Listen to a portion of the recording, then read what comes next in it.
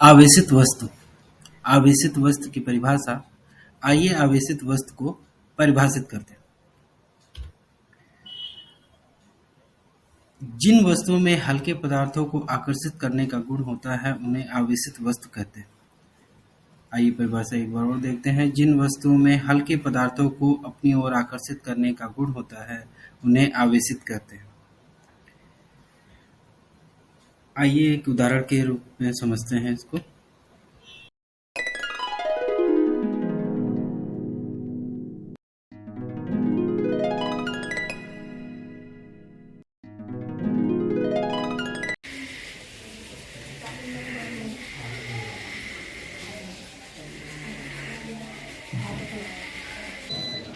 प्यारे बच्चों देखो, आज मैं आप लोगों के लिए समझाऊंगा स्थिर विद्युत कि प्लास्टिक के स्केल को सूखे बालों में रगड़कर इन कागज के टुकड़ों के जब पास लेकर आते हैं तो ये कागज के छोटे छोटे टुकड़े इस स्केल पर चिपक जाते हैं।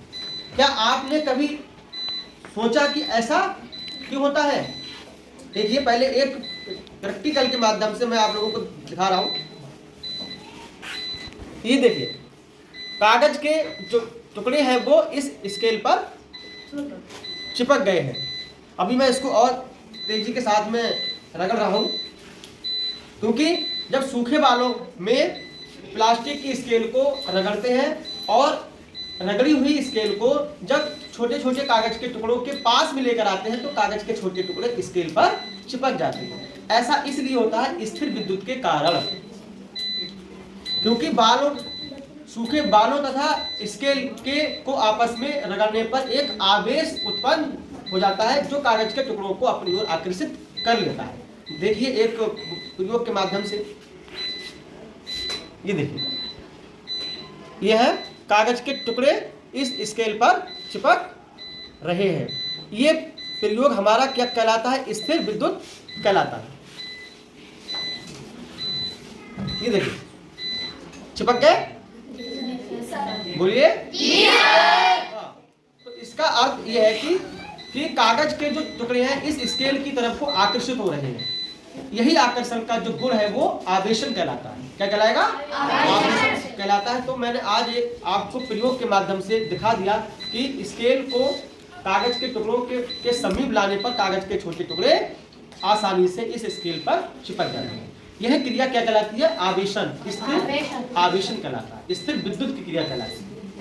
ठीक है, देखिए, आप लोग भी इस तरीके से चिपका सकते हो। जो चिपक गए हैं, बहुत आसानी से चिपक गए हैं। यह क्रिया स्थिर आवेशन कहलाती है। एक मिनट अच्छे से देखिए, जो दूरबीन है ये स्केल को अपने सूखे बालों में रगड़ रहा है और रगड़ने के पश्चात सूखे हुए बालों से रगड़ने के पश्चात स्केल को इन छोटे छोटे कागज के टुकड़ों के पास में लेकर आएगा तो ये कागज के टुकड़े इस स्केल पर आसानी से चिपक जाएंगे। यह क्रिया विद्युत आवेशन कहलाती है।